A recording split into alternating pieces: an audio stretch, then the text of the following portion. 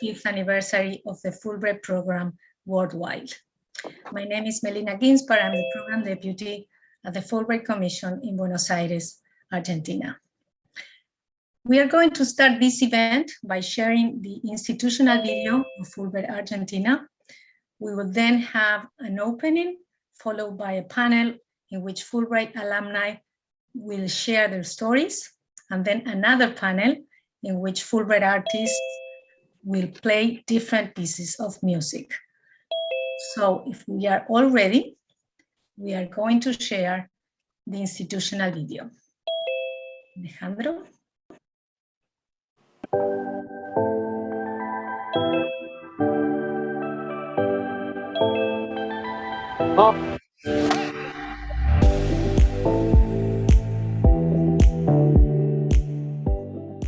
Me da mucha alegría poder ser parte de la celebración del 75 aniversario del programa de becas Fulbright. El programa Fulbright fue un pionero en el campo de los intercambios internacionales de estudiantes y fue ideado por el senador Fulbright en 1946 con el propósito de ayudar a construir puentes entre las naciones, puentes entre las distintas culturas. Es un programa financiado por el gobierno de los Estados Unidos y en estos 75 años ha dado más de 400.000 becas a gente de más de 170 países. El senador Fulbright había tenido una beca Rhodes. Por eso valoraba muchísimo el poder transformacional de un programa de intercambio internacional. Él pensaba que un mayor acercamiento y conocimiento entre los pueblos de distintos países reduciría los conflictos y eventualmente las guerras. Era una idea muy visionaria para esa época en que a muy poca gente se le ocurría ir a estudiar a otro país. Fulbright es un programa muy exitoso, competitivo y famoso en todo el mundo. Ha contribuido al desarrollo de profesionales en diversas áreas, artistas, políticos, dirigentes, pero lo principal es su red de ex becarios, que son 400.000, 60 de ellos premios Nobel, y que este programa ha favorecido un intercambio entre muchos países. Apertura, excelencia, visión, transparencia, éxito. En Argentina comenzó en 1956. Tenemos 10.000 ex becarios, 2/3 argentinos y 1/3 de Estados Unidos. Becas de maestría, de investigación y asistentes de idioma inglés y español, entre muchas otras. Damos un promedio de 200 becas por año. En los últimos 20 años hemos dado más de 3.400 becas. Esto equivale a un aporte de $60 millones provenientes del gobierno de Estados Unidos y de Argentina. La selección se realiza por medio de procesos abiertos, transparentes y muy competitivos. La beca Fulbright cambia a las personas para siempre, trasciende también a las personas, acerca a los países, acorta las distancias. Es realmente una beca excelente. Liderazgo, Prestigio, Compromiso, redes, diversidad.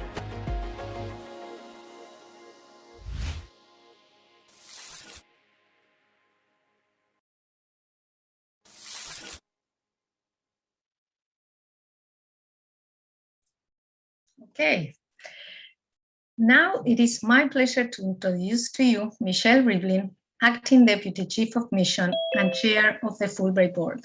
Michelle, the floor is yours. Thank you very much. Good afternoon, everyone. It's a real pleasure to be here with you today to celebrate 65 years of the Fulbright program here in Argentina and 75 years of the program globally. As Melina said, I'm currently the acting Deputy Chief of Mission here at the Embassy, but in my normal role, I'm the Public Affairs Officer, which in that role, I have the great pleasure to chair the board of the Fulbright Commission here in Argentina. And in that role, I have the great pleasure to work with a board that is fully dedicated to making sure that Fulbright Argentina is the best it can be and fully dedicated to supporting everything that Fulbright does. And I want to thank many of the board members for being with us this afternoon to celebrate this anniversary and this day that we're dedicating to Fulbright Argentina.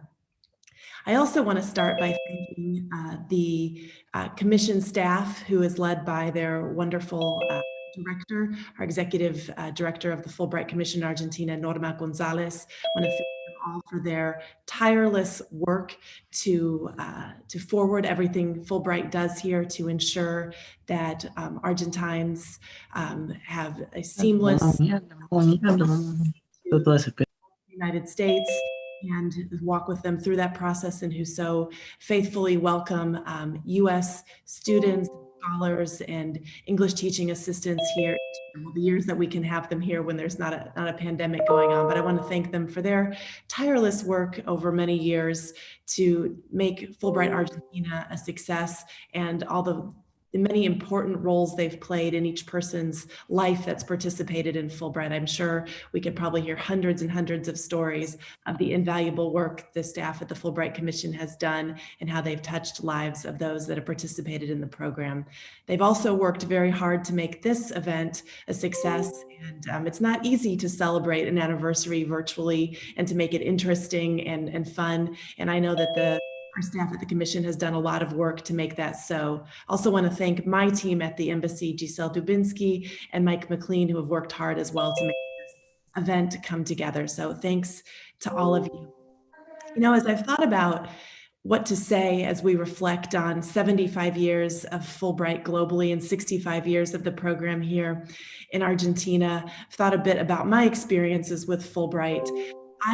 Unfortunately, I can't claim the honor of having been a Fulbrighter myself, but I feel very much a part of the program. I've spent much of the almost last 18 years of my career as a Foreign Service officer working with Fulbright in one form or the other. I've had the opportunity to work with the program in 5 different countries and had the opportunity to sit on the board of Fulbright commissions in 3 countries. And in those last 18 years, I've gotten to know the Fulbright program well, what happens in Washington, what happens in the US, what happens in other countries, and most importantly, got to meet a lot of incredible, wonderful individuals who are Fulbrighters, the people that have participated in the program, both those from the United States, as well as those from the various countries where I've worked. And I can honestly say I've not met a more impressive round of people that have in mind the need to bridge the distances between different countries, who are globally minded, who are service minded, that are looking to take their own unique talents and intelligence and abilities and take them to another country, learn from that other country, and bring it back to their own country to give back and to develop bridges and to give back to their communities in a way that I don't think many other groups of people do. It's truly a phenomenal program that I think has gone far beyond what its founder, Senator Fulbright, could even ever have imagined when he proposed the program back in 1946. And we see its strong history, we see the strong present day activities of Fulbright, and we know that it has a strong future. And that's definitely something I've seen during my last year here in Argentina. And although I haven't been able to meet as many Fulbrighters as I would usually get to meet, or that I would like to meet in non-pandemic conditions, I have gotten to meet still quite a few of the Fulbright family here in Argentina. And I'm beyond impressed of what the individuals who call themselves Fulbrighters have done, are doing, and will do here in Argentina. The academic research going on between Fulbrighters that have taken their experience in the US, brought it back here, and have started social programs that are helping many others, that are building bridges between our 2 countries, helping our 2 countries to better understand each other. And it's truly impressive and truly something that will never stop inspiring me. I believe when we talk about a bilateral relationship between 2 countries, in the end of the day, we're always talking about relationships, right? Not just a relationship between 2 entities, between two governments, but truly a relationship between two groups of people. And when we look at what Fulbright has done here in Argentina and is doing, that really fills me with optimism, the way Fulbrighters are bridging the differences in culture or perspectives between our countries, and truly taking us forward and building a really strong bilateral relationship for the future.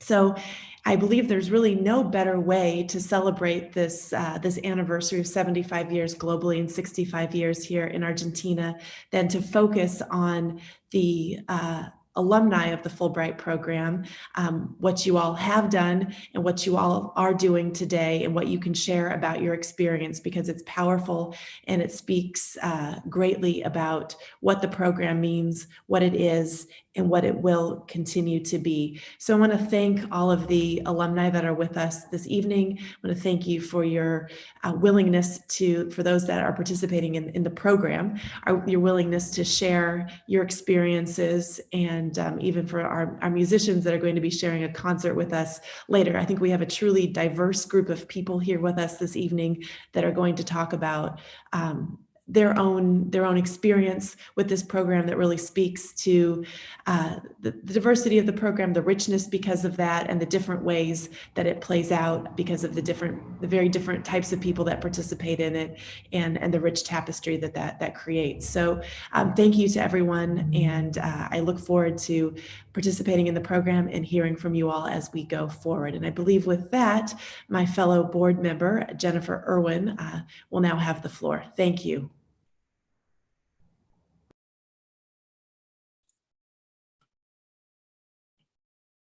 Jennifer?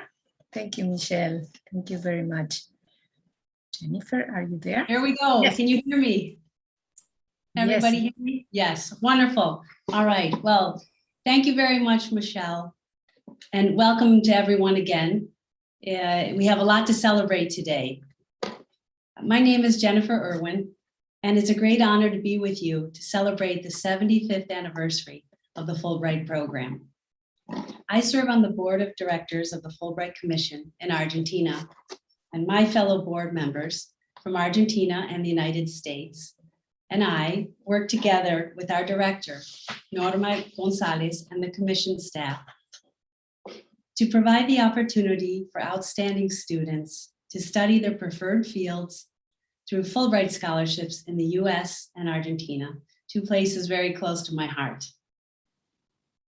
Fulbrighters are innovators and trailblazers, cultural ambassadors, and leaders whose shared experiences from these bicultural international exchanges at the best universities bring us and countries closer together.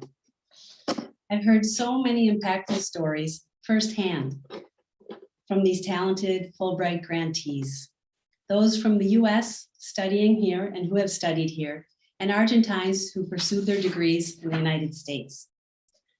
Their enthusiasm, dedication, hard work, and passion for their fields of study is just so inspiring. They've told me that this scholarship, allowing them to live and learn in their host country, changed the course of their careers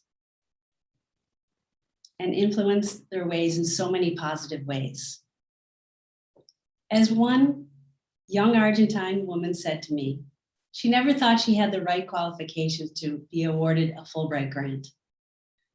But she said, her eyes brimming with emotion, she got up the nerve, took a chance, and applied anyway. And in the end, she fulfilled her dream of studying at a top university in the United States. Another example came from a US scholar in Buenos Aires, who I met at the end of his year here. While he had definitely prepared mate, he spoke of the good friends he made, and he was proud of the advances in his research. But he was also proud of his ability to adapt and embrace Argentine culture. But what was one of the most important things he gained from this exchange? Smiling, he said, confidence. Not just confidence in his profession, but it boosted his overall confidence in himself. That revelation has stayed with me too. Many Fulbright Fellows love the chance to meet people from all over the world, inside the classroom and the lab and out, increasing their cultural awareness about those whose customs and backgrounds differ from their own. And through this interaction, they reflected on their own country and their own countries, giving them new perspectives.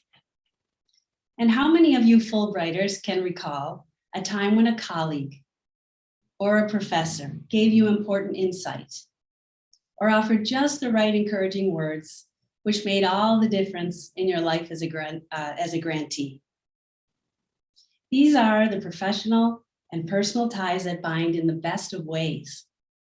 These special connections in the form of friendships and academic collaborations made at this time of scholarly pursuit bring forth more cooperation and constructive dialogue that benefit bilateral relations between Argentina and the United States.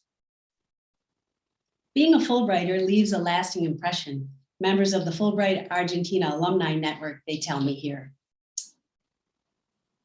They still to this day enjoy giving back what they learned in the US, sharing knowledge with their colleagues and communities here and elsewhere.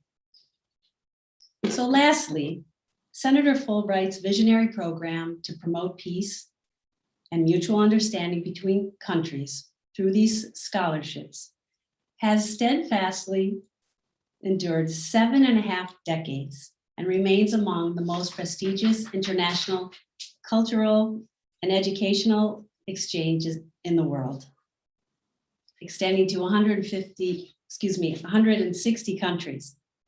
So we have a lot to celebrate today.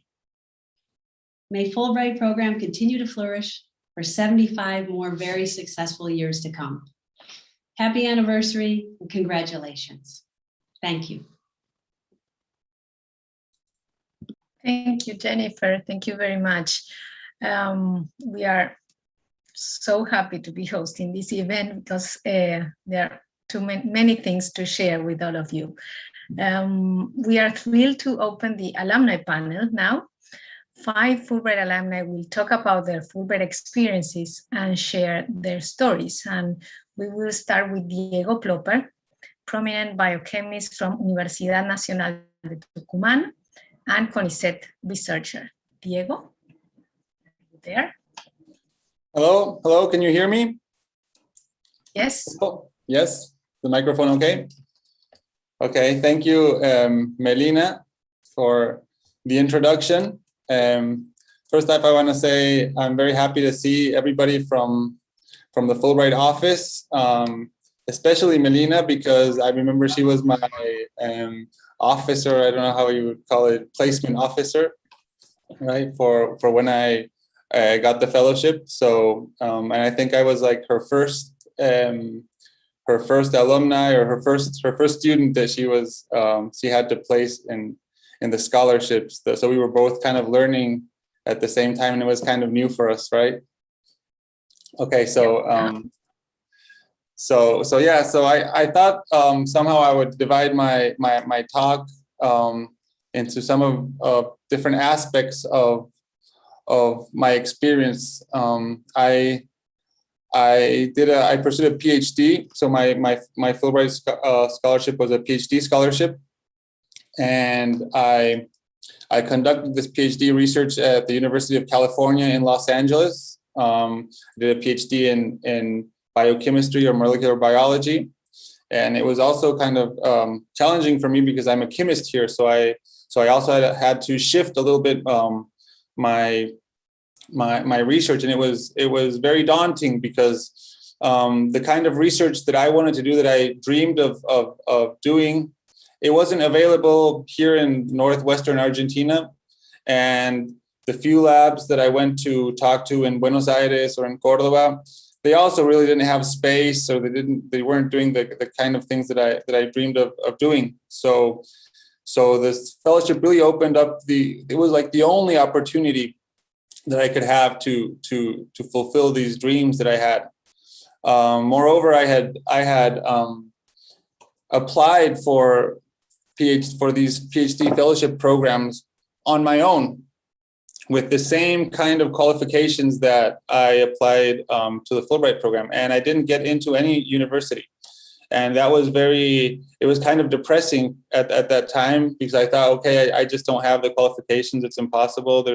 I did what I could. And then there was this possibility of applying to the Fulbright. So I said, well, I mean, if I couldn't get into any of these universities, why would I get into this very, very prestigious, why would I get this very prestigious fellowship like the Fulbright? But like the previous speaker said, I just took my chance, and at the end I was able to obtain it, and I was able to do my PhD in a field where I could only have dreamed of.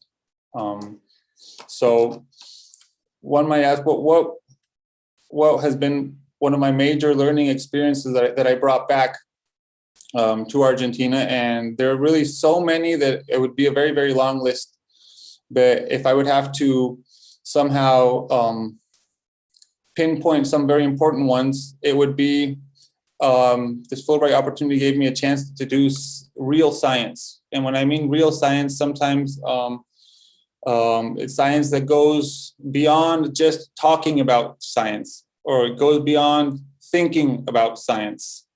But it actually entails actually doing science with your hands, and that involves a lot of work, a lot of time, a lot of resources, that and a lot of commitment, and a type of work ethic that is really prominent. If anybody that comes back from these very important labs in the US can tell you that the dedication of time and effort is really beyond what I have seen, at least in my experiences in research, both here in Argentina and in Europe also.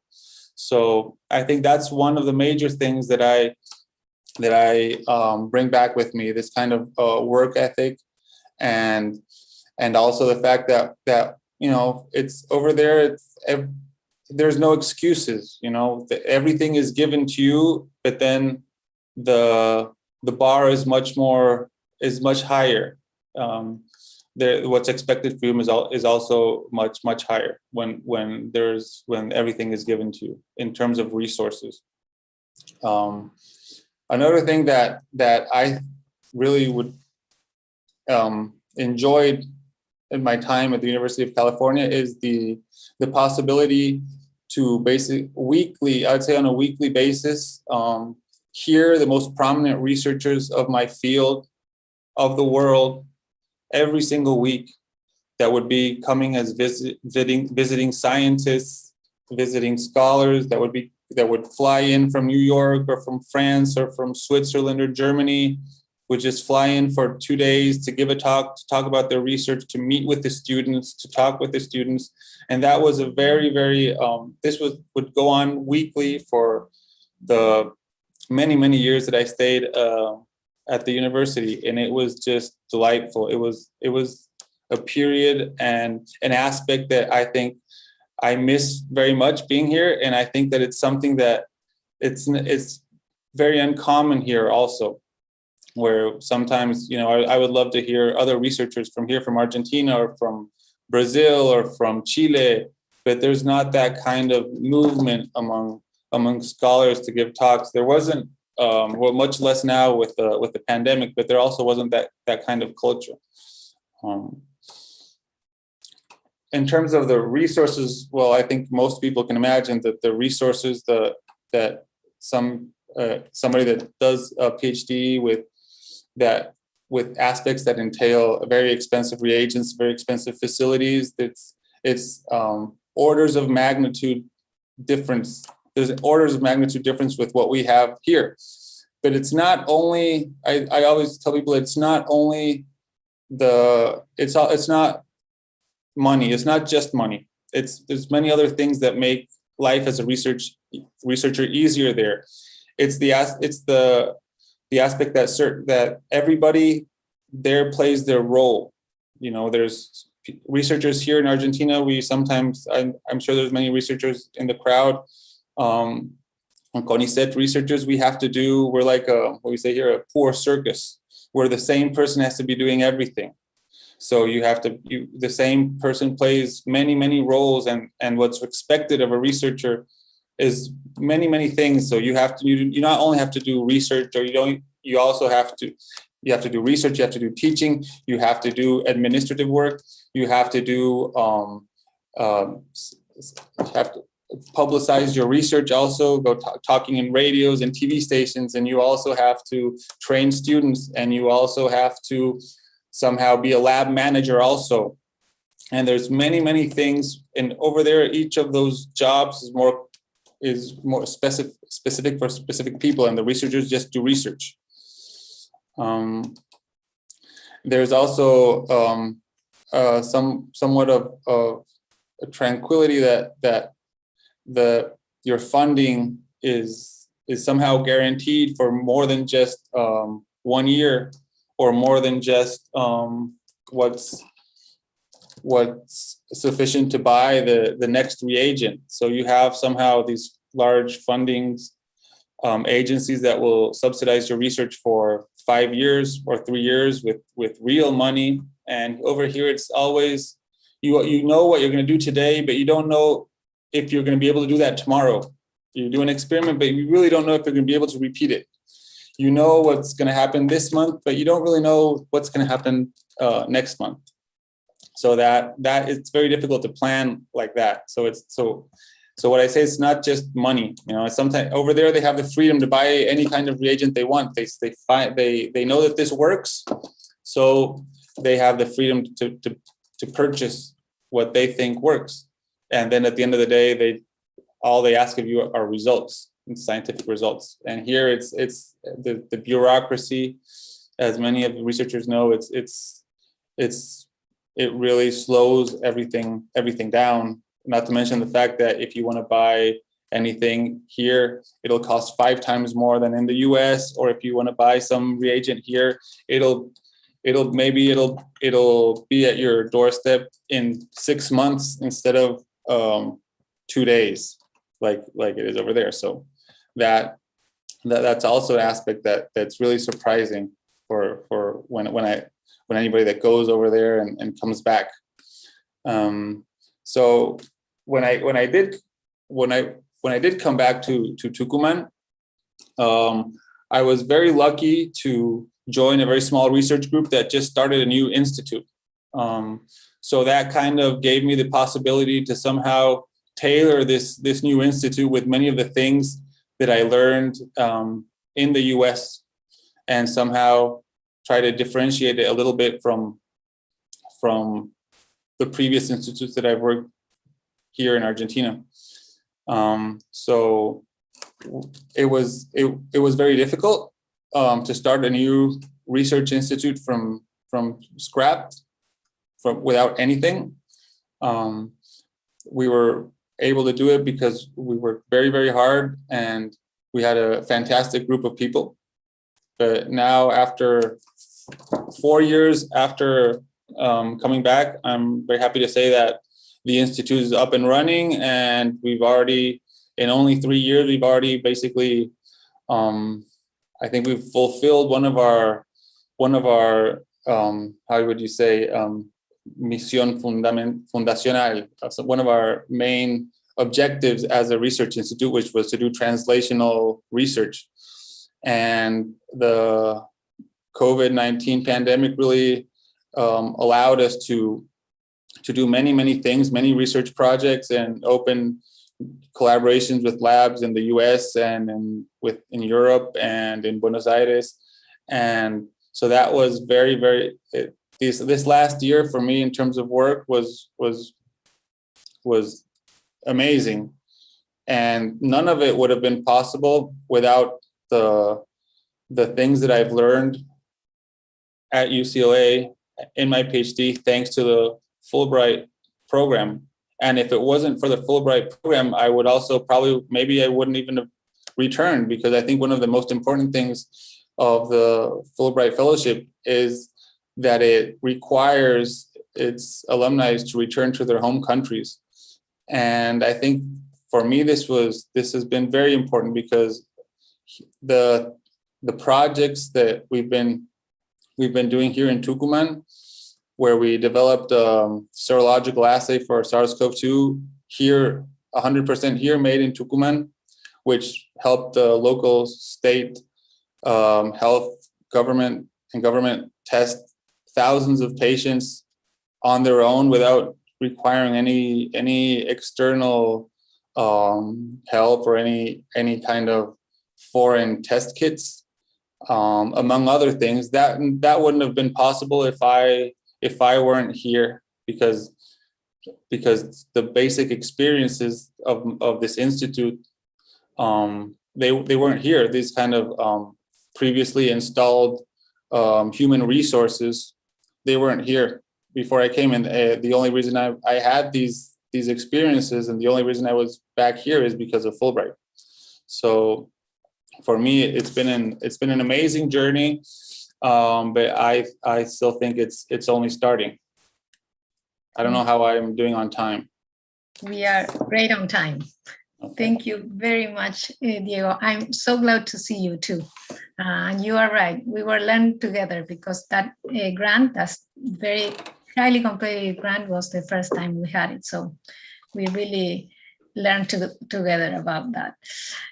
Okay, so now we continue with Andrea Matallana, sociologist from Universidad de Buenos Aires and PhD in history from Universidad Torquato Di Tella. Andrea, over to you.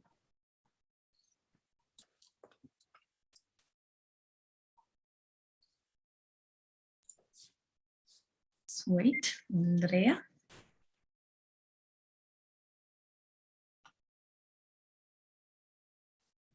Let's see.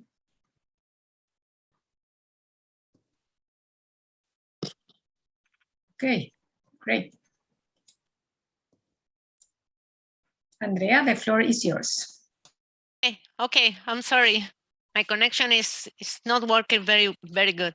So thank you for having me. It's a great pleasure for me is being here. Oh, I'm sorry, because my connection was bad.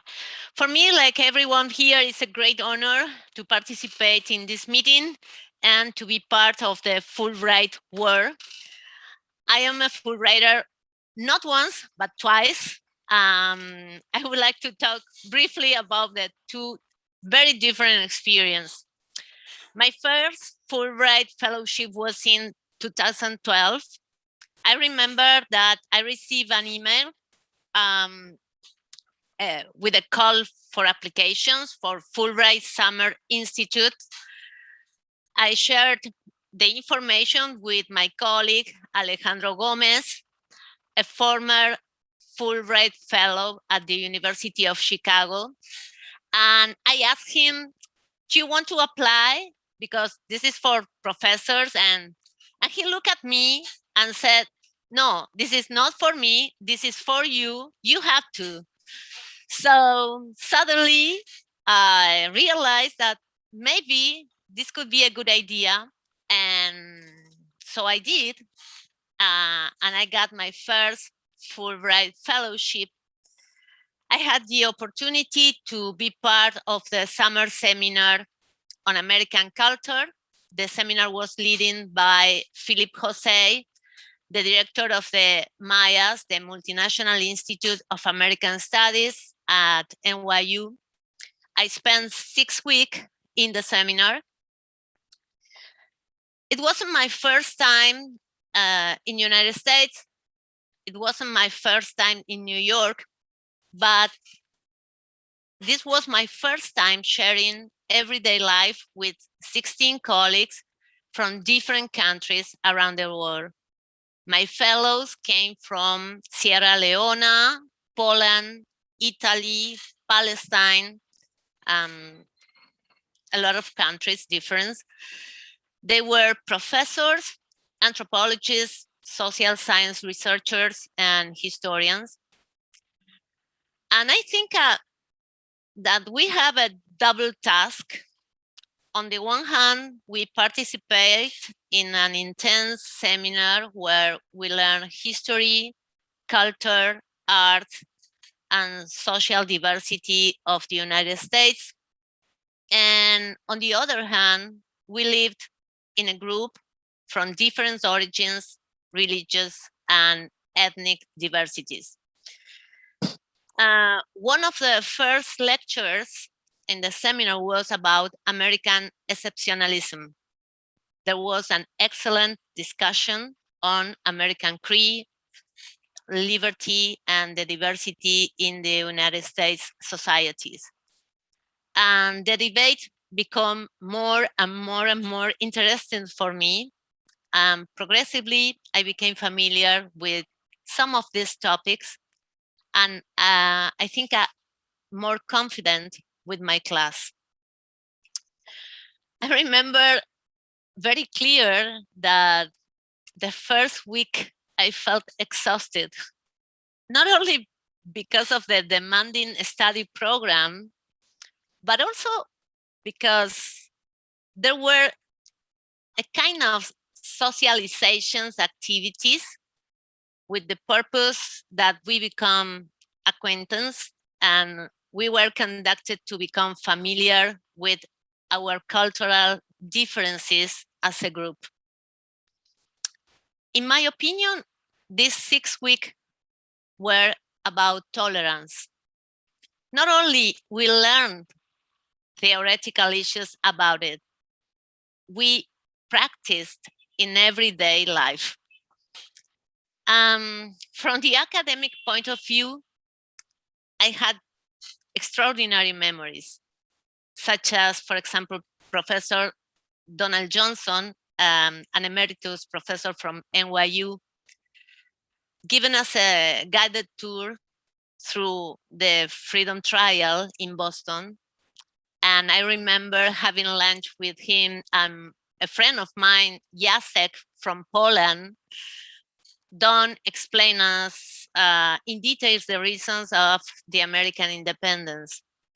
I recall myself asking him why Hamilton do that and why Jefferson say that and these kind of things. And we have a great conversation where I tried to explain to him how the American Constitution greatly influenced our Constitution, how Hamilton's ideas on bank and finances influenced our founding fathers to organize the National Bank. In those days, I am referring to 2012, Hamilton wasn't the great musical at Broadway as it is right now. So, as part of as a result of the seminar, I incorporate a unit on the American Revolution and also more accurate bibliography on American history into my Western history syllabus for the classes that I teach in the University Torquato Di Tella or in Buenos Aires, in University of Buenos Aires. Not only was about reading and classes, we also had some trips. So we observed the cross-cultural and cross-national differences along the United States. For example, we were to New Mexico or to Taos, a very different places than New York, as you can imagine. And not only was about study, also we have new friends, you know. I made great friends. Two of my dearest friends right now came from this seminar, Nada Tawil from Lebanon and Mukesh Baigoria from India. Two people from different countries, very different than mine, but with common interests. We talk about politics, war economy. Also, we talk about topics as family topics, and we talk about gossips as friends do, you know. I am sure that I will never have met them if I hadn't had this opportunity. Educating university professors in this brief North American experience has fantastic and multiplier effects. From 2012 on, I recommended many colleagues and students to apply for these short programs. They are great opportunities to have a comprehensive view of the role of the United States in global culture. And also it's a chance to know our coincidences and our differences. Next year, 2022, will be the 10th anniversary of our SUSI group at Mayas, and we are organizing a Zoom meeting as this with my other 16 colleagues, the seminar director, and part of the staff. And we expected to have a conversation or a reflection on two things: how this experience changed us and changed our life, and how this experience changed our vision about the United States. I wanted to share a photograph of that wonderful group, but I couldn't find a picture where I look reasonably good dressed or my hair was fine, you know? So I desisted. I never in those days have time to be elegant because I was always doing something, visiting libraries, going to museums, travel, participating in meetings, in everything. And I think for all my fellows was the same things, you know. So my other experience as a Fulbrighter was a short time ago. In 2018, I applied for a research fellowship, thanks for my colleague, Ana Peluso, who was my host, and I spent 3 months at the University of California at Davis doing research at different archives in the library of UC Davis and in San Francisco, MoMA, in different places across the United States. It was a different adventure, but essential for me too. Having had previous experience and knowing how the United States archives and educational institution works, everything was easy for me. I was super productive. My research topic was good neighbor policy in the 40s, particularly the role of Nelson Rockefeller and Lincoln Kirstein. During my stay in California, I met challenging, generous, amazing colleagues, and I had the opportunity to begin the draft of my recent book, Nelson Rockefeller and the Diplomacy of Art in Latin America, published by Eudeva, the main university publishing house in Argentina. I am still writing the results of my research in 2018. The idea of the cultural relationship between United States and South America is fascinating, and of course is part of the Fulbright objectives. Finally, recently a colleague from that group of the Fulbrighter 2012 asked me to participate in a research network on the United States and cultural diplomacy. Doors still open, and the conversation with the fellows is continuing, and on and on and on. I think synergies. When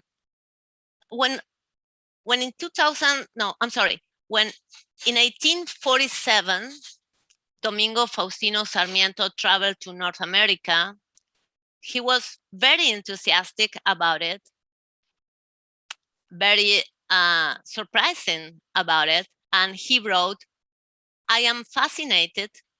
I am discovering a new political animal."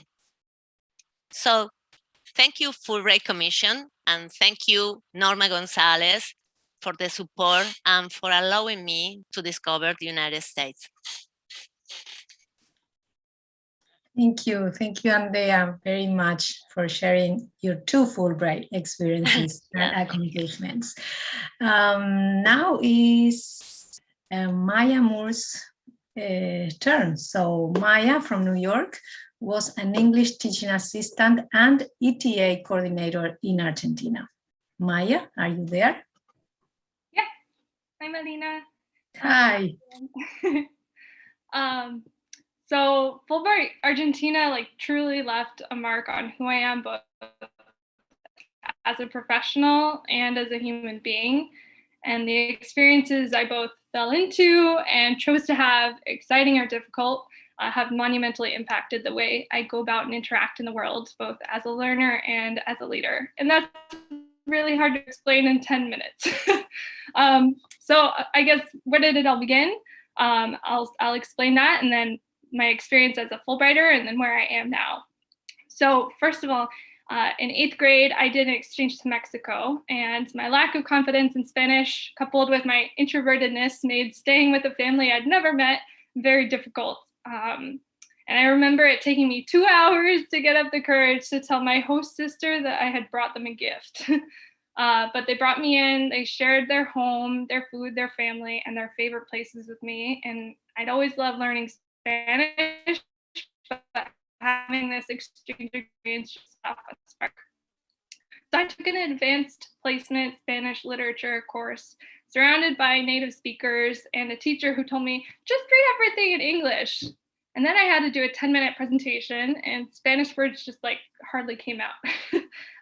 But my love for language and culture persevered. I volunteered in the Latinx community, engaging youth and their families in the college admission process and exploring the resources in New York City, where I'm from. I worked as a mental health worker in the same community, supporting therapy and creating a safe and fun environment for kids in therapy to just be kids and enjoy their summer. Now, where did my adventure with Argentina begin? And of course, that focused on Mexico and Argentina. We read something that said Argentina was a major psychology hub, and from there, I was just forever smitten. I studied Spanish and psychology in college and went on to study abroad in Buenos Aires. I even wrote my thesis about the psychoanalytic tango, connecting dance and therapy, but that just wasn't enough.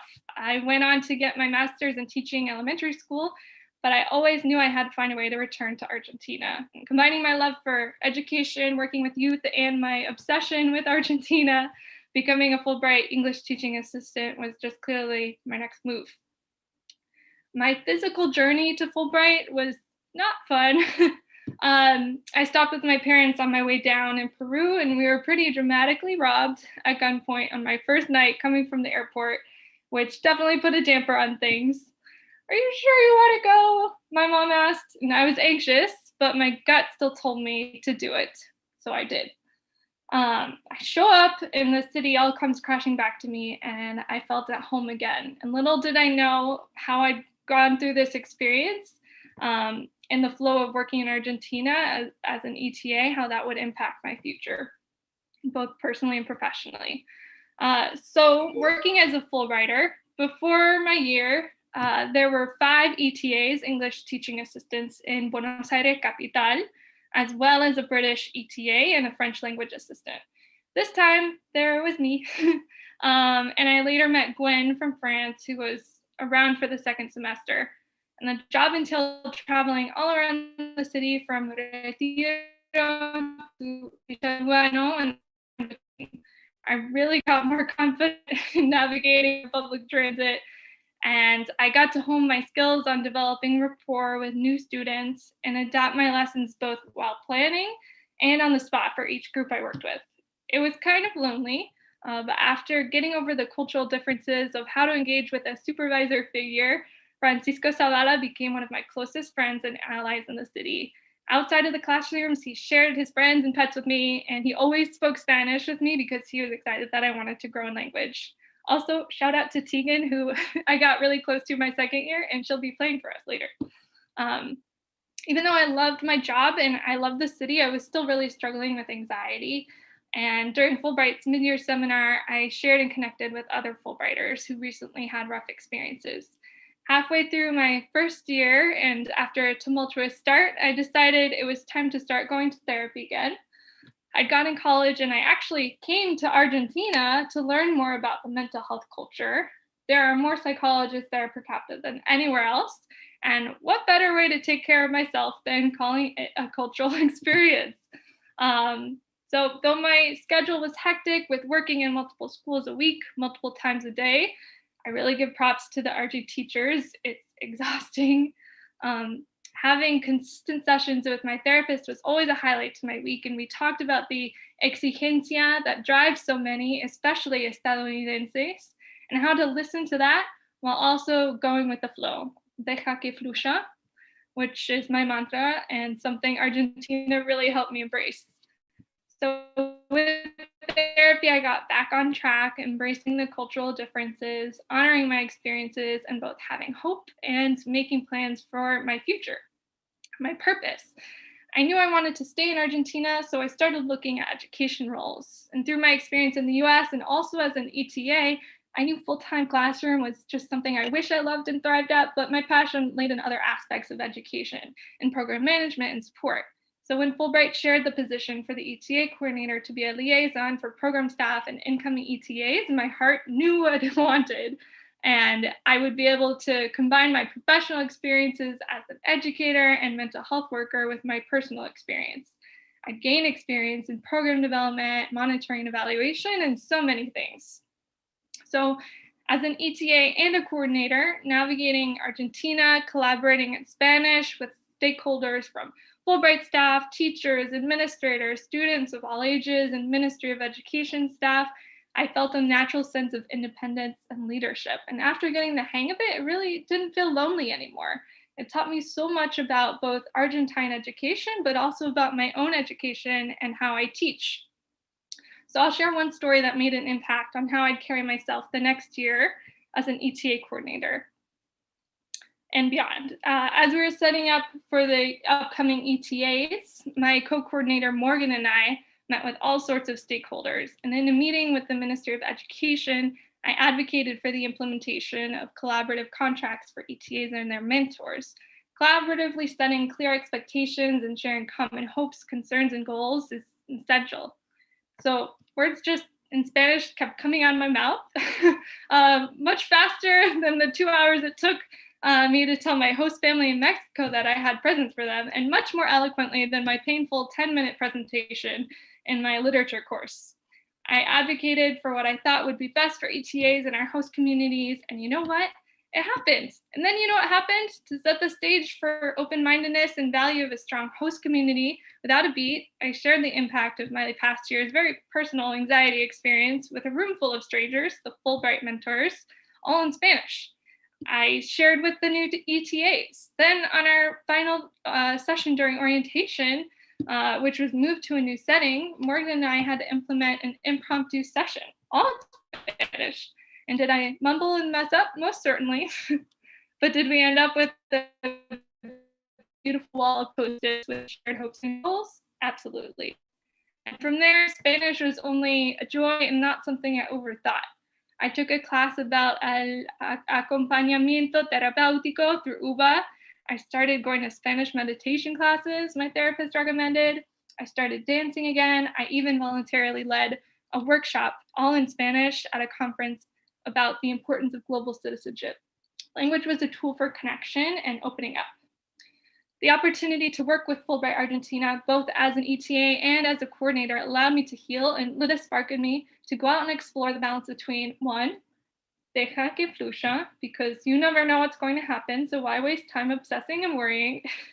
And two, taking action for empathy and advocacy, both for oneself and one's community. It's essential and something we all can keep working on. So one of my Fulbright highlights was actually encouraging most of my ETAs to try counseling.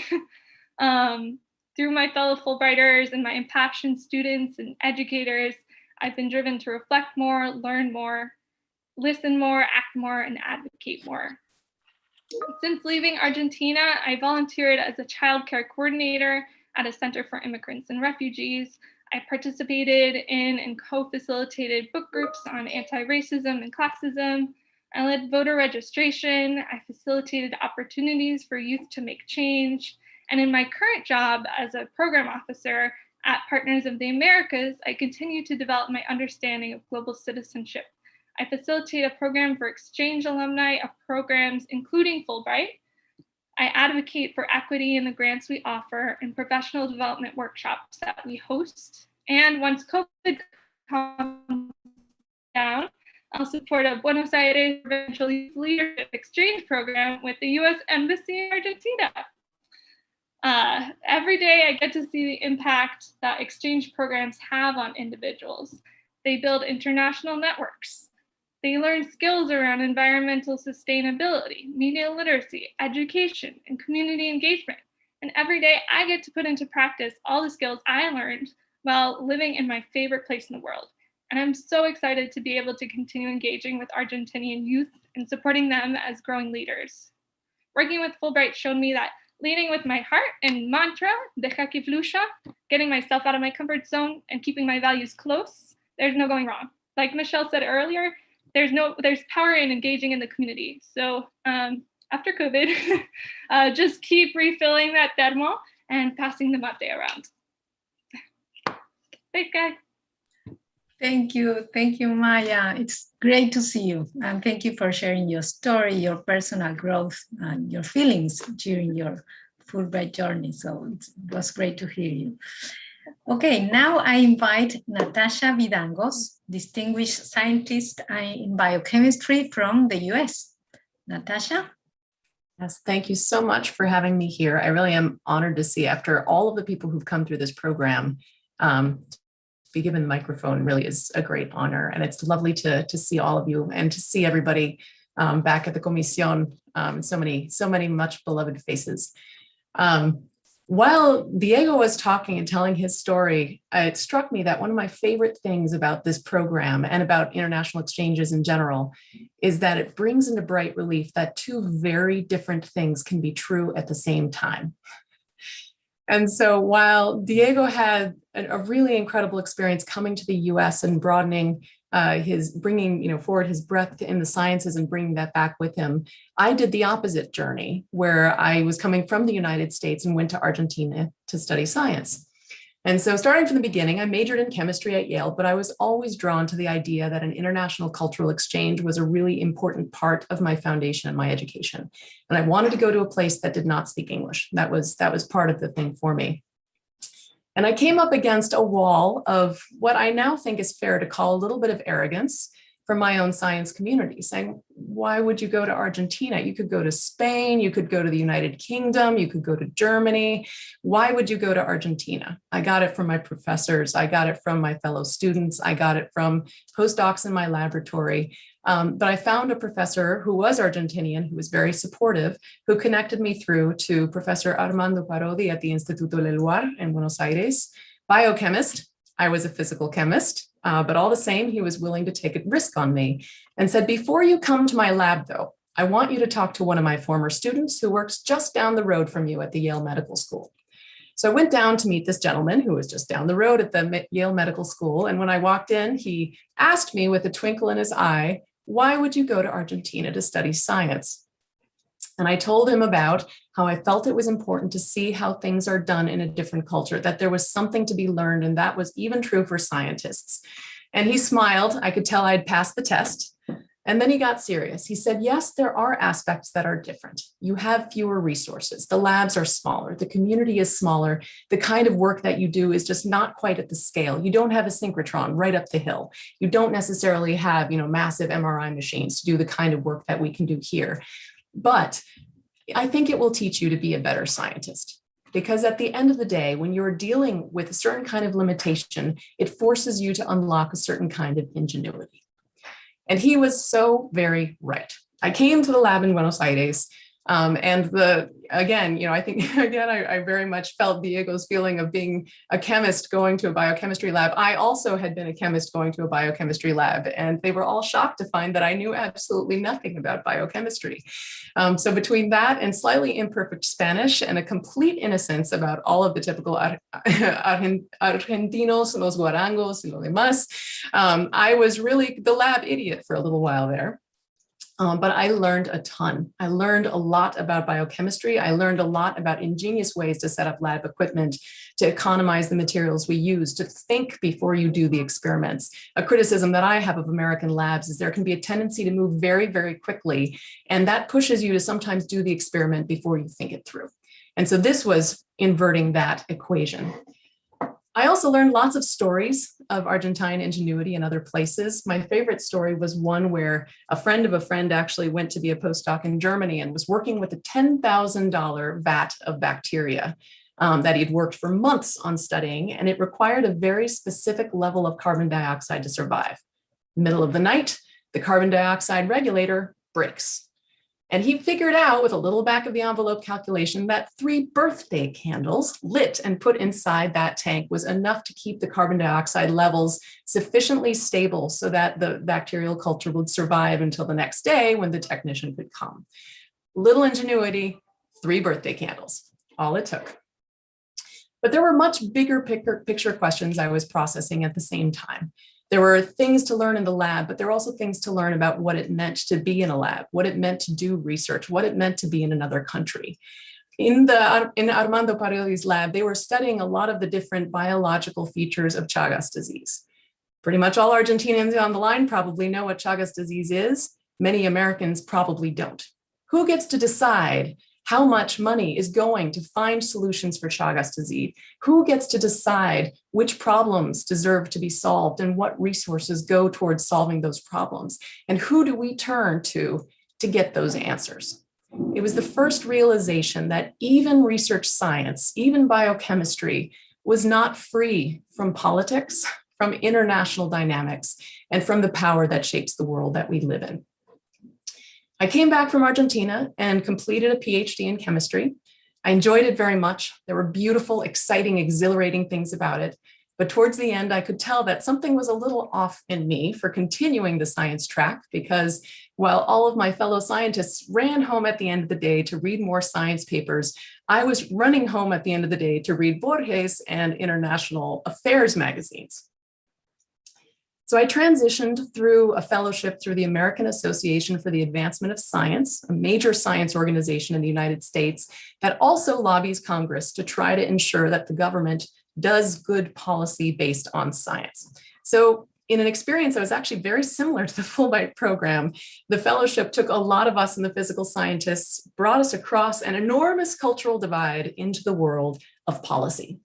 And I went to the State Department, of all places, was one of the foundational members of a new energy bureau that was looking at what it means to think of energy with a diplomatic lens. In my first weeks, I was assigned to stay on top of and find opportunities to collaborate on energy policy throughout the entire Western Hemisphere.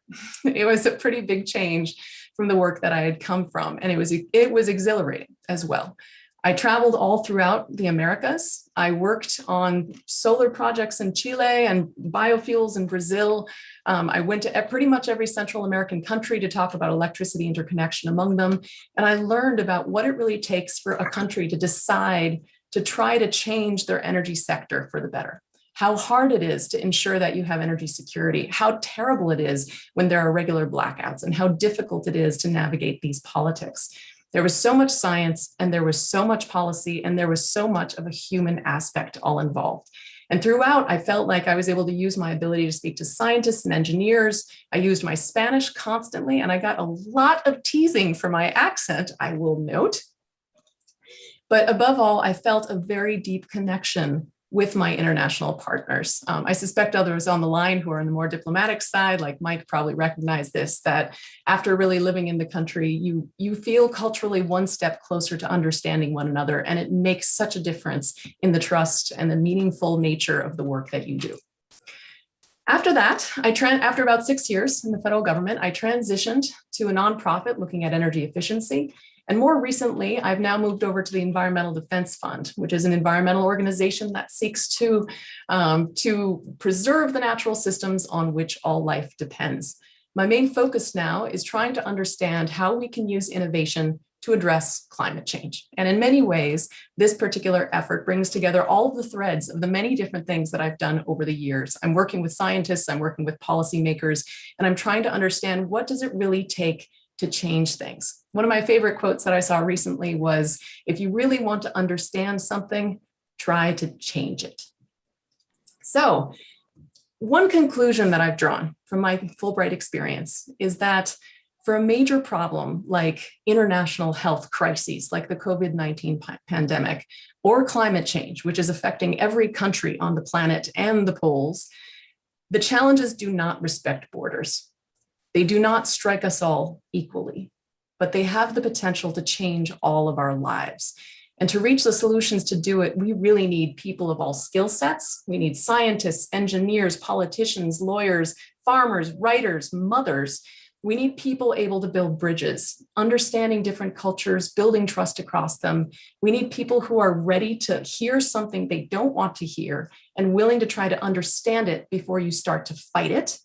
And we need a recognition of our common humanity. And that's something that I would argue is under serious attack, as we're now going into a time where our media is silently being optimized to please all of our most tribal desires. It's really time that we think about how we work together to thrive. I have 3 kids. Sometimes I get a little bit frustrated in thinking about how we're going to manage climate change. And at moments when it starts to feel hopeless, I think back to a clinic up in Formosa, where there was a researcher with almost no resources who all the same had used what he had in order to track and treat HPV virus through some indigenous communities. They basically managed to squash a complete outbreak. And he told me it's really not only about the resources you have, it's also about how you were able to do the work that you do and create the most good. And you won't be surprised to know that he too was a Fulbrighter. So many thanks to all of you for the opportunity, for changing my story and changing my life and the meaning of my life. And I really look forward to the next chapter. Thank you, Natasha. It was so interesting to hear your journey, your story, and yes, to share your insights with us. Okay, so now, last but not least, we have Viviana Zimbaro, an English teacher from the province of Chaco, who spent time in the US teaching Spanish. Viviana, are you there? Hi, everyone.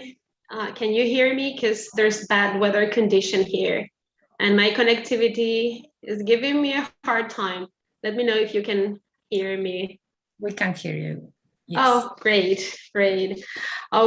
Thank you so much for inviting me to this very important day for all the Fulbright community.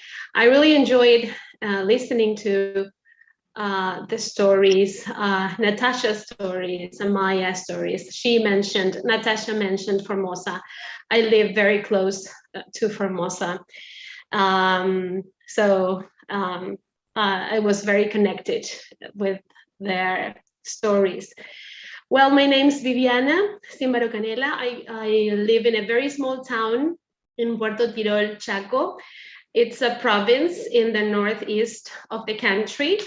And I participate in the Foreign Language Teaching Assistant Program for the 2005-2006 academic year. That means almost 15 years ago.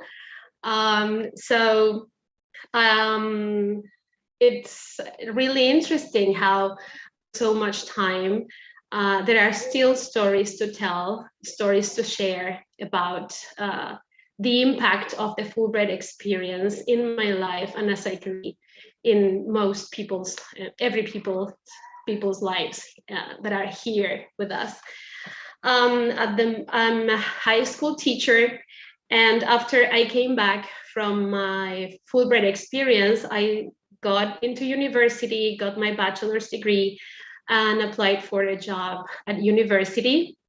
And I'm a teacher trainer, and I teach English for specific purposes at Universidad Nacional del Nordeste. And I'd like to focus on my role as an educator after so many years of this experience. I had lots of great memories, but I would like to focus on the job and the work that I'm doing right now. So I've been teaching English for over 25 years now. But when I went on this program, I had to teach my own language. And I realized that I didn't have the training, so teaching Spanish was a huge challenge, and especially because the professor that I had to work with, the Spanish professor at Simpson College in Indianola, she loved Spanish, but she loved Spanish from Spain. So when I got there, she was like, wow, she was not that interested in my variety of Spanish. So I had to somehow persuade her into getting interested in my variety of the language. And my big question was, how can I teach my culture if this professor is not interested in my Argentine Spanish? So it was, as a teacher, we always have plan B. So I remember collecting all the materials I brought with me in my suitcase. And I said, well, I will go step by step. We worked together with planning and all, but when I was in her classroom, I had more of a passive, I was more of an observer, and little by little, I started interacting more. And by the end of my experience, I was in charge of delivering lessons, and this teacher started getting more interested in Argentina, and she asked, well, how do you do this in your country? How do you say this in your variety of Spanish? So by the end of the experience, this challenge was overcome. And after, I wanted to mention this because that particular episode in my experience brought a full awareness of the fact that when we teach a language, we go beyond grammar and lexis. And then is when my role as an educator in my province has been given a different, like an intercultural stance. So now what I try to do is to think global, but teach local. So it's a matter of decision-making, whether I want my students who are learning English here in Chaco to learn more about the world outside. And it's something that I take very seriously. I'm very committed to raising cultural and intercultural awareness and to foster respect for diversity through the teaching of English. It's not easy, but it's possible. And I would like to share an experience from 2019. We had 2 teaching assistants in Chaco, a teaching assistant from the US, and another assistant from England.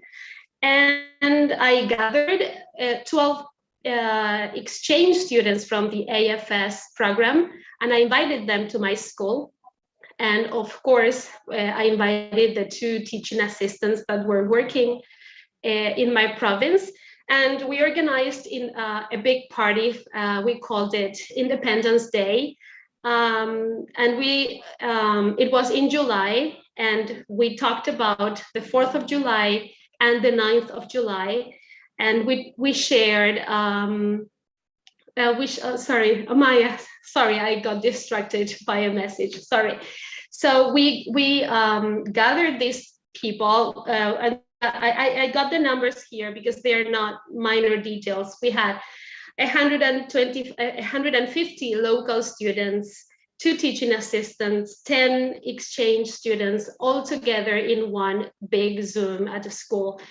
And we exchanged food, dances, and we talked about the history behind the Independence Day and how those celebrations have a part in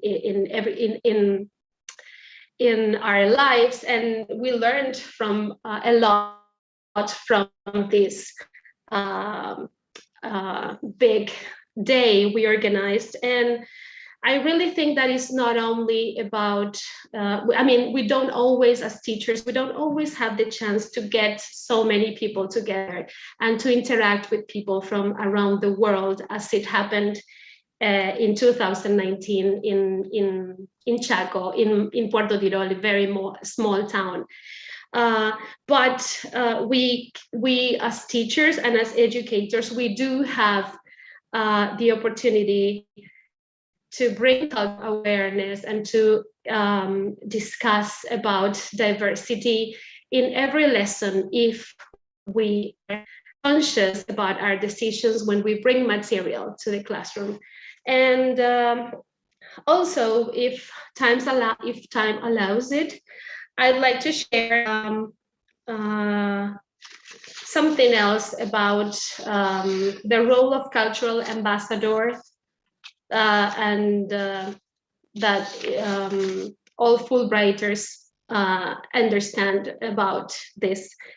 When I had to go to the US, I got very nervous that I had to represent my country, but I was from the North and I didn't know much about the South. And I started reading and trying to do some research, and it was a huge responsibility. But then I kind of slowed down and I realized that, well, I was in the US to show people or to tell them about my very small portion, the very small portion of my world, which is the north of Argentina. And then when I came back, I could speak about Iowa, which is also a very, not a very popular state for two reasons. So I could also speak about Iowa. And then the meaning of cultural ambassador sometimes is not going for the big picture, but being aware of those small things and those little possibilities to interact and to show your world. And so in order to finish, I'd like to say that I think there are two parts of my Fulbright experience. The first part finished when I left the US, but the second part started when I came back home, because I was a different person, even though nothing had changed here. However, since my perception of the world had changed, nothing was the same. So as an educator, I gained a better understanding of the effects and power of individual and collective positive actions. So I choose to keep expanding my Fulbright experience in every place that I work at. So thank you so much. You have changed my life, and I really try to take it seriously and to keep doing my job as an educator here. Thanks so much for this opportunity. Thank you, Viviana, for sharing your personal and professional experience, and all stories are connected at some point, right? It was so inspiring to listen to all of you, and really Fulbright changed your lives. It was truly powerful. Now Norma, she's there. She wants to say hi before we go to the Q&A section. Okay, well, thank you, Melina. I'm not supposed to talk till the end, but I can't resist the temptation to say how excited I am to be celebrating this anniversary, how wonderful it was to hear Michelle and Jennifer. I'm very, very grateful for their words. And it was fantastic to hear the stories of our grantees that bring back unbelievable memories, sweet memories to all of us. So thank you so much to the grantees for sharing their stories, and to everybody else for being with us today. I've also been reading the messages in the chat and seeing your faces, and well, it's a very, very exciting day. and more at the end. Thank you. Thank you, Norma. Now we have a few minutes for Q&A, so please feel free to raise your hand or write your question in the chat box in English or in Spanish. So my colleagues here can help me now. So let's see how this works. I'm going to check the chat box.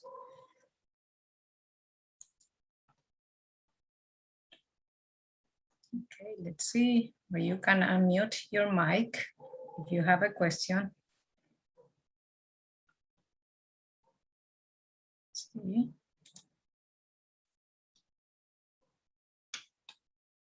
We have a lot of congratulations and happy birthday, but I don't know if there are questions to the panelists.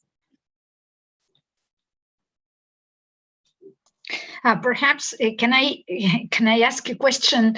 Paula, sure. Yes. Yeah. Well, I'm one of the older Fulbrighters, because actually I had my first grant 30 years ago. I was at the University of Kansas 30 years ago, beginning to this day. I had my first class for my master's in American Studies. So this is a very special day, right? To be able to share this with you today. So it's such a big thrill. I feel so thankful. And I agree with the panelists that this is definitely a life-changing experience. It's been so inspiring and it's brought back so many good memories, So I'd like to ask them, right, what can we say today to the new generations, to the millennials, right? What can we say to them? What would you say is the most important message we can give them to encourage them to apply for a Fulbright experience? So perhaps some ideas, I'm trying to inspire more. And actually one of my students is right there as an ETA, flew a couple of weeks ago, and some of the people I can see were my students and were ETAs. And Maya, you were in my classes at Lenguas Vivas. So this is so great. So what would you advise them? How would you encourage them to continue this fantastic experience? Great question. Who wants to answer? I can start. Hi, Paula. It's very exciting to see you. I miss you so much. There are just so many things to say, but I guess the first thing would be just to take the chance. You never know until you try, and whatever happens, just go with the flow. Make it happen, but don't be afraid to ask for help and reach out to the people around you. Reach out to the resources at Fulbright or Education USA or wherever, because you're really not alone in starting this adventure.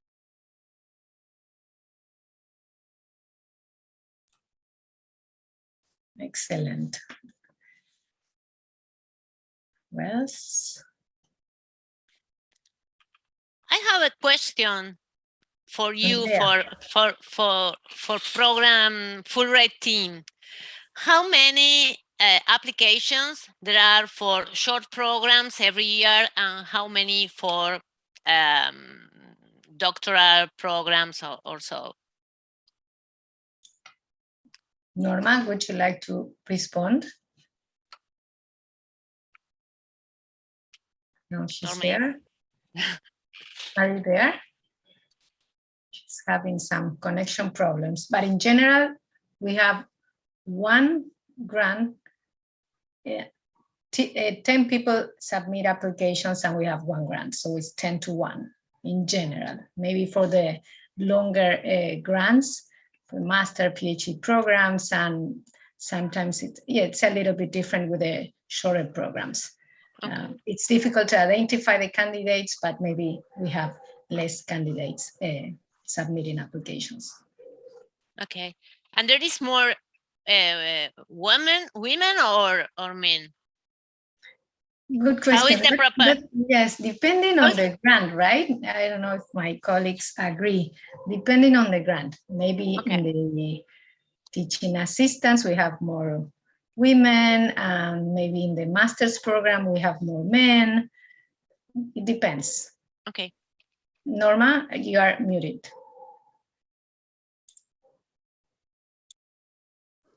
I said that amazingly and very good for me. We have more women than men in the researchers grant also. And more people from the provinces, more people from the provinces in the researchers grant. Okay, great.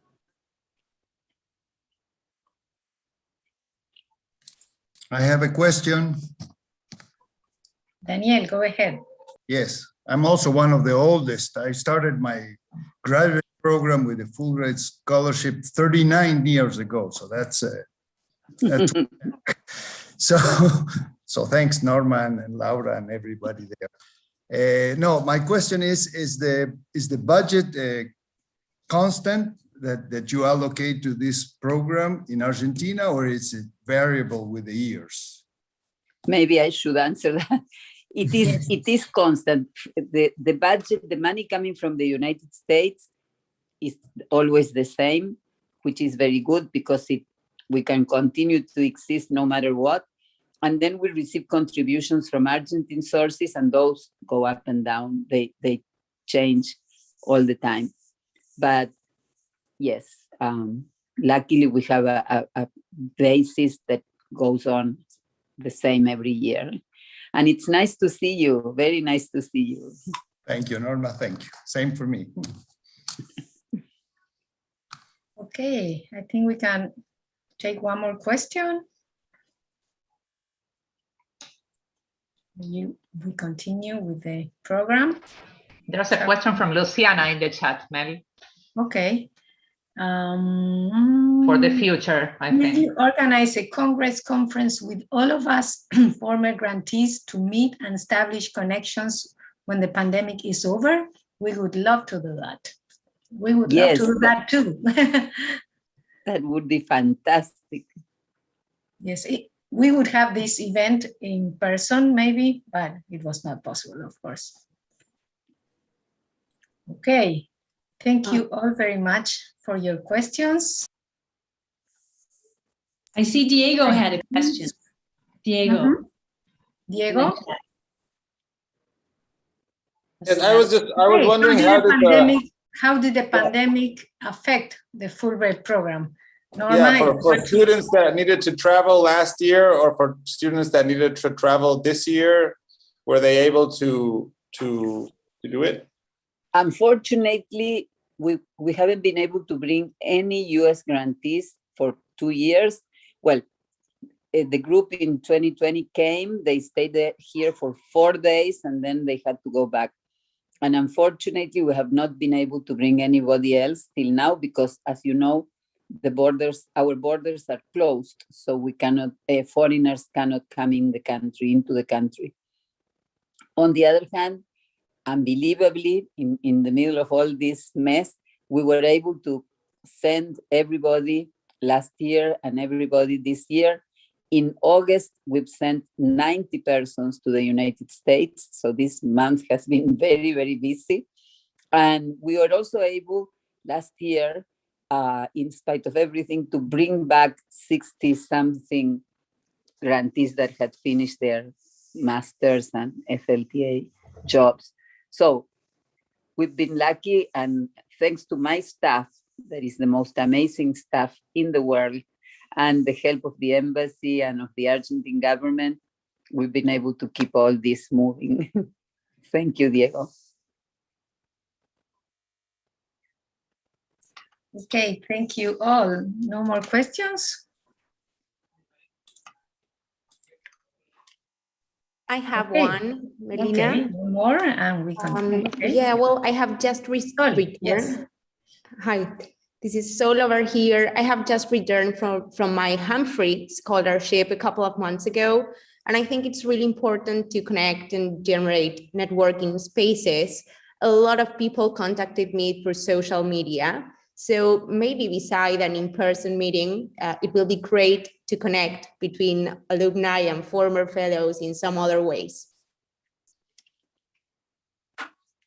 That's an excellent idea, and we should work to do more of any kind of contacts. And really, we were planning, but we keep planning to do a meeting like this in person, and we've just postponed it, but it will happen. When the pandemic is over, we will get together, because this is very, very profitable, and it's very beneficial for everybody, and especially fantastic for us to see you all again. Thank you, Sol. Okay, Norma, what do you think? Shall we continue with the performance? Yes, we should move on to the music now. It's time for music. Yes, it's a pleasure for us. We can now enjoy the performances of our Fulbright alumni to meet and hear our Argentine artists. So we are going to start with Néstor Tedesco and the Orquesta de los Barrios.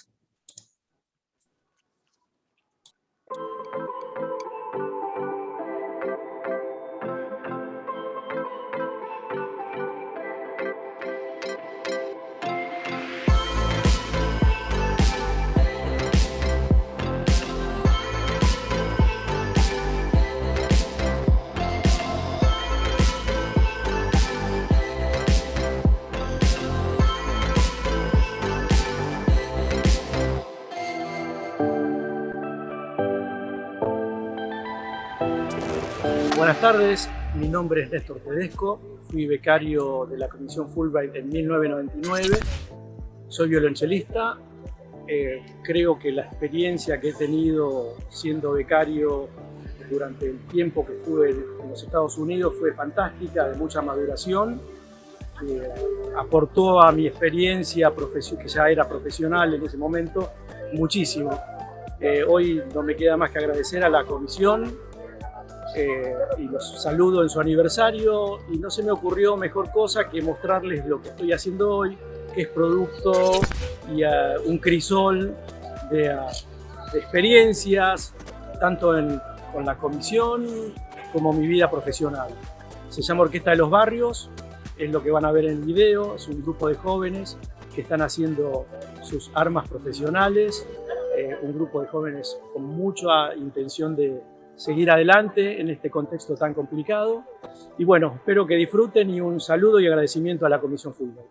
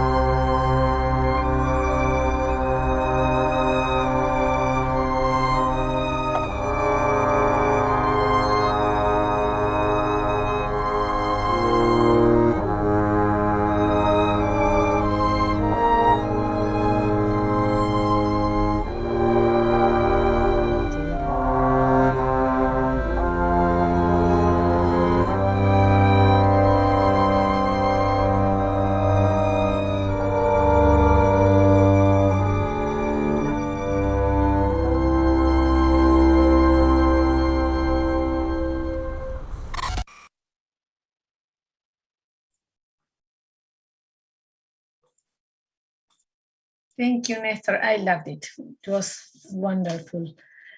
Okay, now we continue with Pablo González Jacey, concert guitarist, composer, and arranger.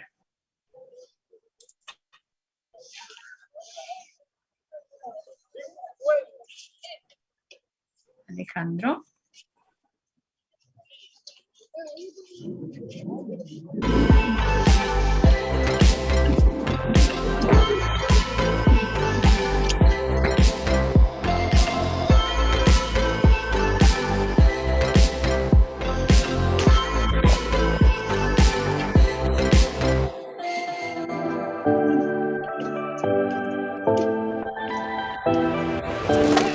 Congratulations, Fulbright Commission, on the occasion of your 75th anniversary.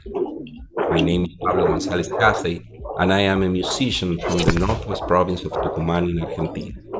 From 1996 to 1998, I pursued a master's degree in guitar performance at the Boston Conservatory through the grant Fulbright, Fondo Nacional de las Artes. I still remember when I applied for the grant and the expectations I had, and how happy I was when I received the notice of winning it. It was awesome to be able to continue my studies in the United States. The Boston Conservatory was a very good school, but the library and resources were incredible, not just at the conservatory, but also in all the other schools and universities around. I had the chance to learn a lot and the opportunity to meet and to play with terrific musicians from all over the world. In Boston, I also met Annalisa Kaufman, a Minnesotan singer whom could become my wife. Annalisa accepted to join me in traveling back to Tucumán, where I had my position awaiting at the university. So we moved and lived there for 4 years. It was a wonderful time. We had intense musical activity, playing in different venues and creating our duo for voice and guitar, Rosa Incaica. But overall, I had the chance to pass on to my students all that I had learned. Currently, we live in Buenos Aires. We have 2 kids. We are both on the faculty of the Manuel de Falla Conservatory, and we keep up with our artistic productions. I am very grateful to the Fulbright Commission and the Fondo Nacional de las Artes for the grant that changed my life.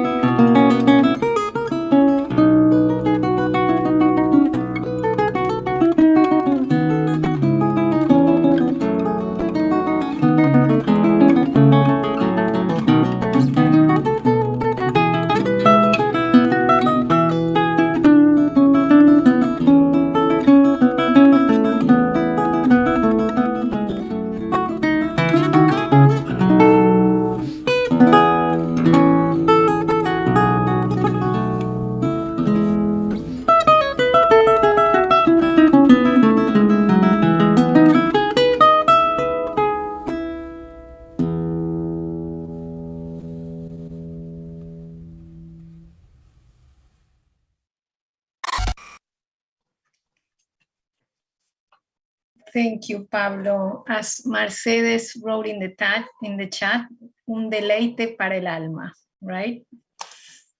Okay, so now it's Juan Rafo's turn, musical composer, arranger, educator, and more. So let's hear Juan.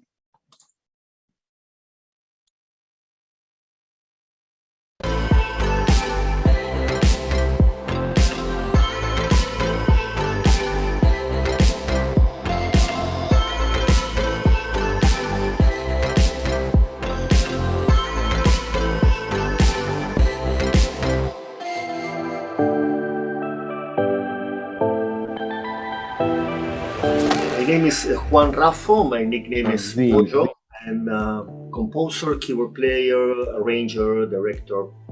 I'm been active in the scene of Argentina since the mid-70s, and I started working as a professional musician in the early 80s. I've been leading my own projects since I was a teenager, and working with other artists as well, and I started teaching in the early 90s until today. I applied in 1997 to the scholarship to the Fulbright Fondo Nacional de las Artes program, and I remember being the staff of Buenos Aires, and as well as Francisco Kreffel, the composer, who was, I believe, the consular advisor in the music field for the scholarship, being very, very supportive.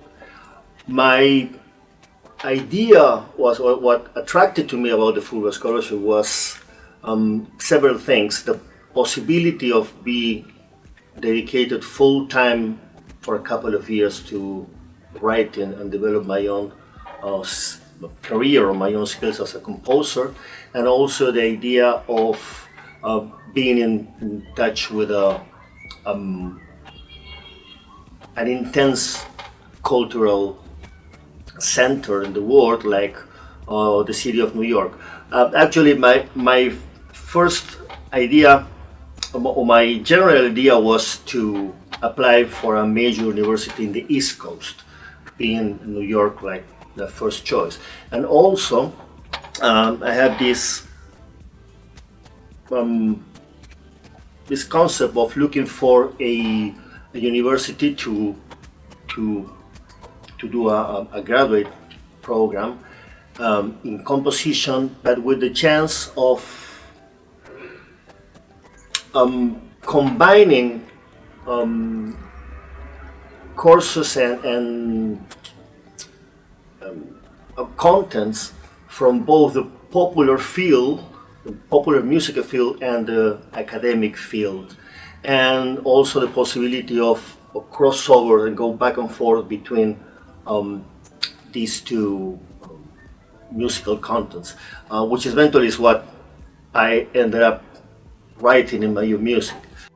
During the process of applying, one thing I learned, and I always say that to the younger applicants to any kind of scholarship or any kind of position, actually, is that it's very important to present a consistent project, and also a project that can be done, that you are sure that you eventually will come up with a full complexion of the proposal that you have in the beginning. One of the things that I recall about the applying process is that I somewhat felt a little old to apply to the program. I had a family, I was married, I have a newborn child, so but I decided to put that up front of the application. I mean, not to hide that fact. Even so, I thought that probably it would be logical to favor a single and younger person, but nevertheless, I decided this was something that I put like right away in front of the application. Obviously, knowing that it was my responsibility to take care of all the maintenance and all the support of my family during the period of the scholarship. I ended up being accepted by New York University to do the master's program in composition, and I start attending in the fall of '98 and did 4 semesters in a row, fall, spring, summer, fall. And by January 2000, I graduated with a Master of Arts in Composition. Another important outcome from my Fulbright New York NYU experience is that when I came to Buenos Aires, I started teaching in the NYU at Buenos Aires Global Program. I've been teaching a course named The Music of Latin America since the very beginning of the NYU Buenos Aires program in the early 2000s. Congratulations on the 75th anniversary of the Fulbright program. And all the best for all the years to come. The music that I had chosen for this occasion is a composition of mine entitled Pajarito Resistencia, something like Little Bird of Resistance. It was included in my last album. The title of the album is Llueve sobre la Biblioteca Nacional, and this is from a concert of the Cúpula of the Centro Cultural Kirchner, where we presented that album with my quartet, including Martín Ruhr on saxophones, Tomás Pagano on bass, and Rodrigo Jenny on drums. This piece is based on a rhythm from the northwest of Argentina, and is somehow inspired in a specific situation that occurred in the city of Jujuy around 2015.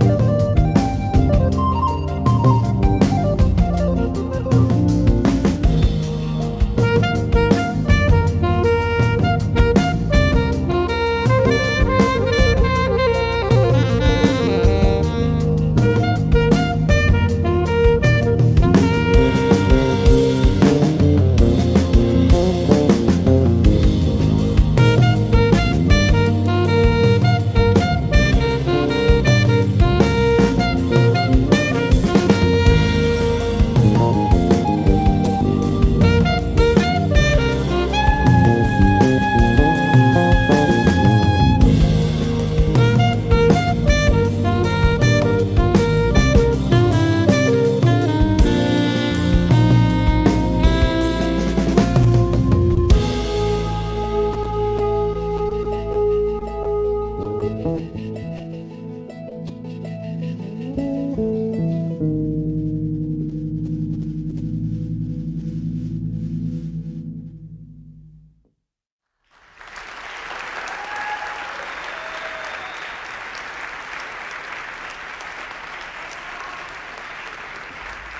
you.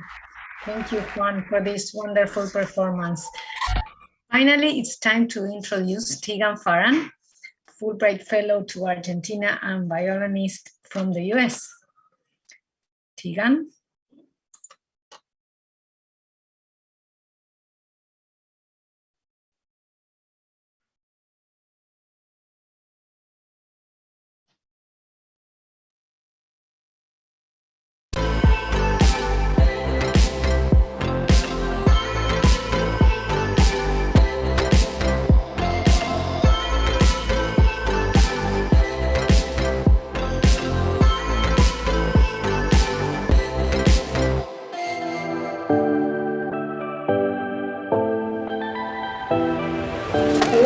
My name is Tegan Farran. I was a 2019 arts grantee in Argentina where I studied tango performance culture. While living in Buenos Aires, I was able to study with many members of the Diego Spisi Quintet about contemporary tango specifically. Moving back to New York right before the pandemic and finally getting into live performance, I was thrilled to be able to reach back out to Diego and arrange one of his pieces for classmates of mine at the Manhattan School of Music. This summer, we were able to stage a curation together that streamed virtually that included one of Diego's pieces, which you'll hear next. Tanguera is this wonderful, deeply rooted tango tune that is in some ways rock and pop and just all of the things that I love on stage. And this collaboration really represents to me many of the goals of my grant coming to fruition, of being able to take the tango conversation and bring it to places like New York and international streams and be able to have this tango vernacular placed on instruments that are not necessarily traditional tango instruments. In this recording, 3 of my classmates, Nicole Brancato on piano, Steph Dressler on flute, Emily Tello on bass clarinet, and myself have experimented with both how to retain as much of the Spisi Quintetto's original sound as possible, while also giving our own perspectives to the music. Tanguera is also special to me in that I was able to play with 3 other amazing female musicians on stage, and being able to bring this perspective into tango as well has been an incredible blessing that was brought forward by Fulbright. Moving forward, there are many more of these arrangements that I would love to make and many new pieces that I would love to experiment with now that the tango sound is coming more onto the traditional concert stage in the United States here. It has been such a privilege to learn from all of the members of the Spisi Quintetto, especially Diego, DJ, Santi. Thank you guys so much for all of your guidance, your continued guidance even after I've left Argentina, and for the opportunity to share this music with these new tango families that we have in the States. This experience would never have been possible without Fulbright. El intercambio fortalece.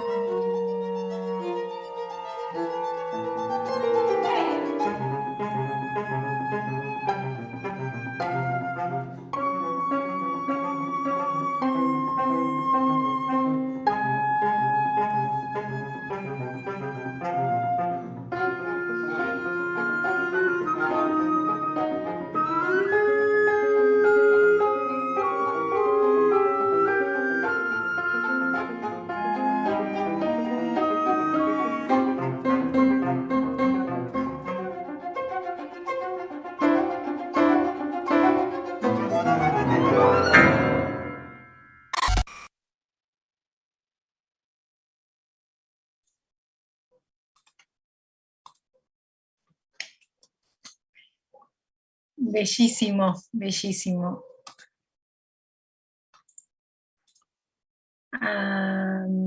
Thank you all for such delightful performances. It's really touching. Together with Norma, my colleagues Laura and Marisa, I think we have started with Juan, with Nestor, or before. So thank you all for your music. Thank you, of course, for your comments in the chat and for being part of this celebration. So now to close this event, this celebration, Norma Gonzalez, director of the Fulbright program, will give the final remarks. Norma?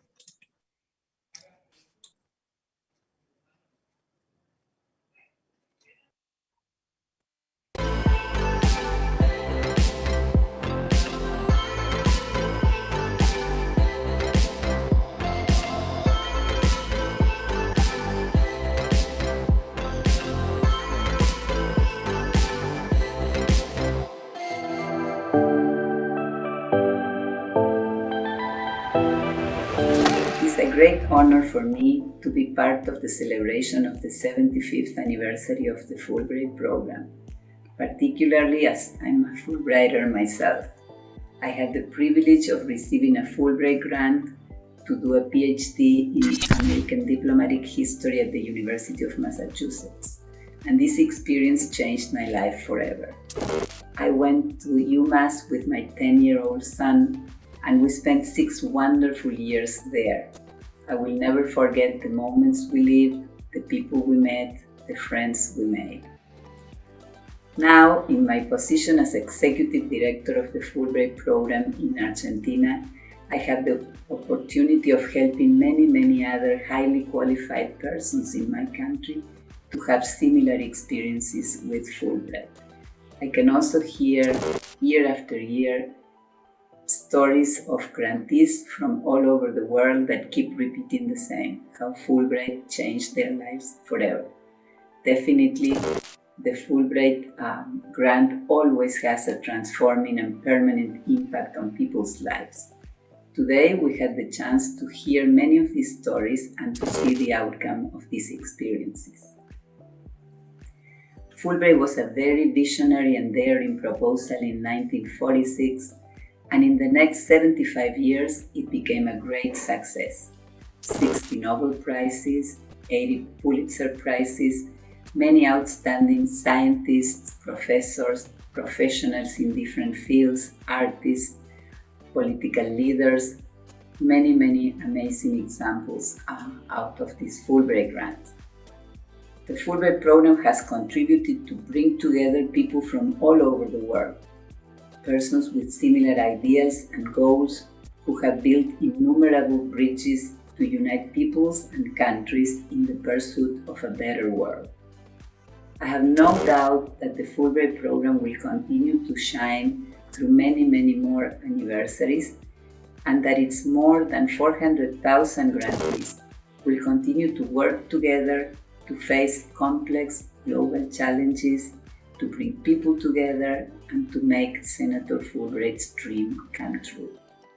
Now I want to thank everybody for participating in this program and helping us celebrate this important anniversary.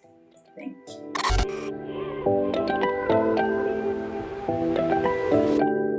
And Melina, live, and now live. Sorry, we recorded the last part because we were not sure how the technology was going to work today. But live, I want to repeat the same. Thank you to everybody, to the grantees for helping us celebrate, to everybody else for being with us, to my staff, to the board, to the embassy, to the Argentine government, all the agents, all the actors that have helped make the Fulbright program so successful over all these years. Thank you, everybody, and till the next 75 years. Thank you all. Thank you. Good night. Thank you, Melina. Wonderful work. What a wonderful celebration. Thank you, everyone. Thank you.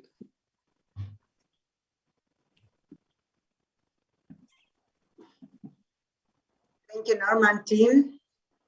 You're the best. Thank you. Thank you, everyone.